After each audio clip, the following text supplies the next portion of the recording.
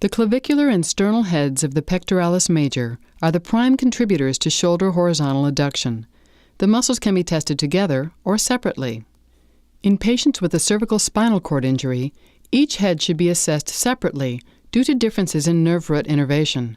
All gravity-resisted tests begin with the patient supine. When simultaneously testing both heads of the pectoralis major, the patient's shoulder is abducted to 90 degrees, and the elbow is flexed to 90 degrees. The patient horizontally adducts the shoulder through available range.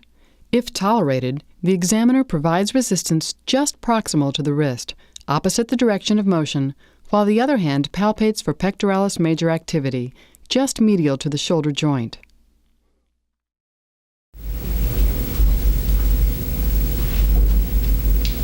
Move your arm across your chest.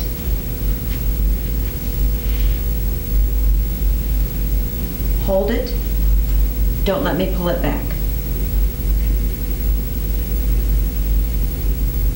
And relax.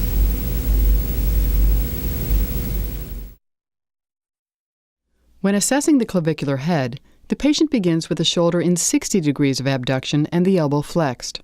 The patient then moves the arm diagonally up and across the body. The examiner applies resistance above the wrist in a downward and outward direction. The clavicular fibers of the pectoralis major are palpated under the medial half of the clavicle.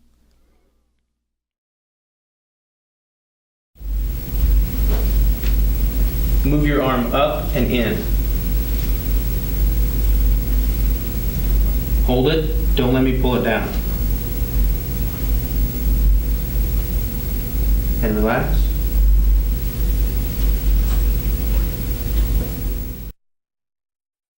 Assessment of sternal head function begins with the shoulder abducted about 120 degrees and the elbow flexed. The patient moves the arm diagonally down and in toward the opposite hip.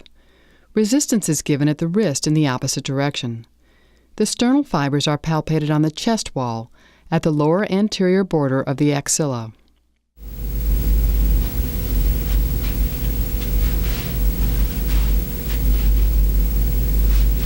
Move your arm down and in. Hold it. Don't let me pull it back. And relax.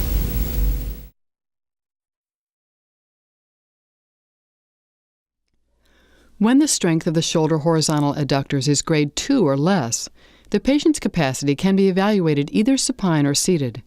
In supine, the starting position is again with the shoulder abducted and the elbow flexed approximately 90 degrees. The clinician supports the forearm by gently grasping the subject just proximal to the wrist. The initial angle of abduction and angle of pull will influence which portions of the pectoralis major are activated. Palpation will confirm the muscle's contribution.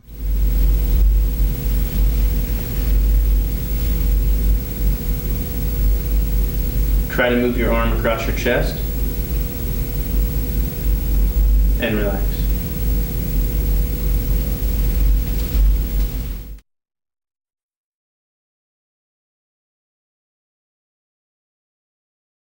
For grades 2 and below, shoulder horizontal adduction can also be assessed with the patient seated and their test arm supported on the table.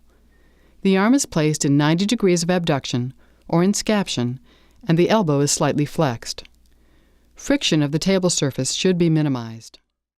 The patient attempts to horizontally adduct the shoulder while the therapist palpates the anterior aspect of the chest medial to the shoulder joint to confirm pectoralis major's contribution.